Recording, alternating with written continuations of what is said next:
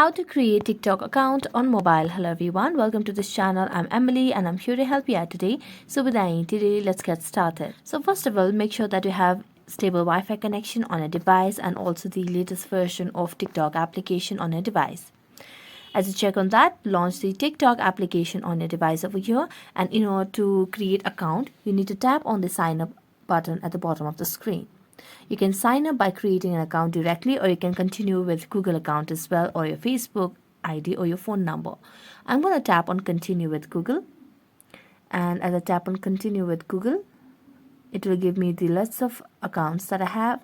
So I'm going to select one of these, and as I tap on one of these accounts to associate with TikTok to create an account on my device, I just have to wait for a while until it loads me to the next page. So what you simply need to do over here is you have to mention your birthday. So first of all, let's mention the birthday over here. It's a random one, so just tap on next. After that,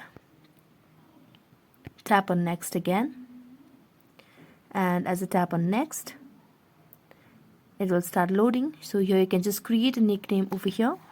So I'm going to select on this one and then tap on continue, and as I tap on continue, you can just tap on the profile, and there you go. You have created an account on TikTok on mobile.